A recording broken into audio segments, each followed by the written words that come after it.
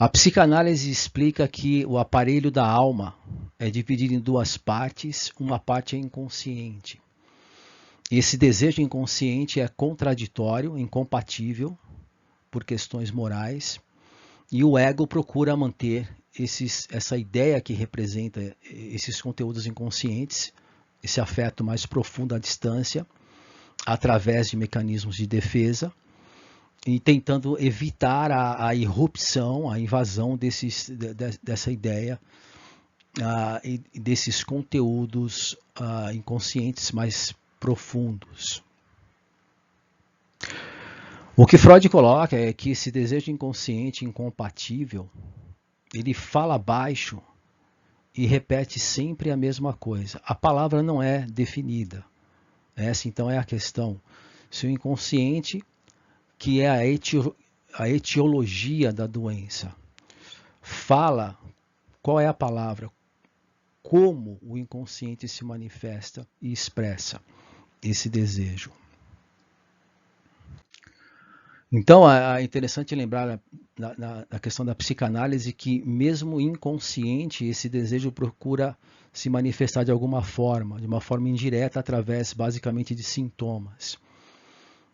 Então, esse é um outro ponto muito interessante da descoberta da psicanálise, que o inconsciente ele se manifesta de uma forma indireta através de sintomas, atos falhos e sonhos.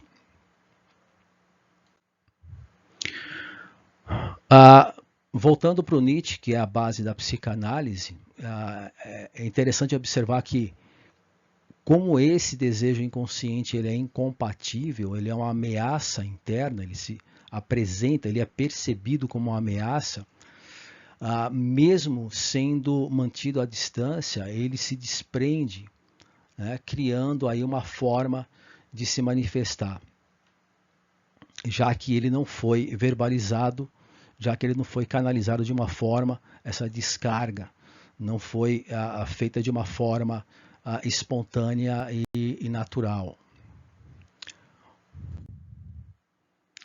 Então, a conclusão é muito simples.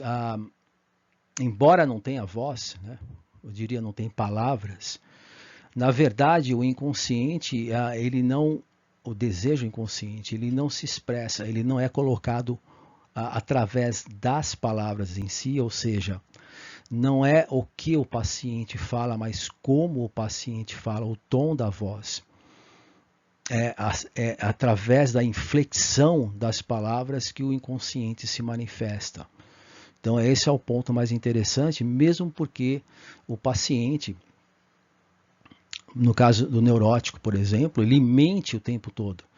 Se ele não mente conscientemente, ele mente achando que está falando a verdade. Então, as palavras, na verdade, essa questão do significante e significado não é o foco principal, né? Mas sim a forma como o paciente fala. Então, embora a doença, essa frase que a doença fala, não tem voz, é muda, como o Nietzsche coloca. Então, a questão principal é o tom da voz. É através do tom da voz que o inconsciente se expressa, se manifesta.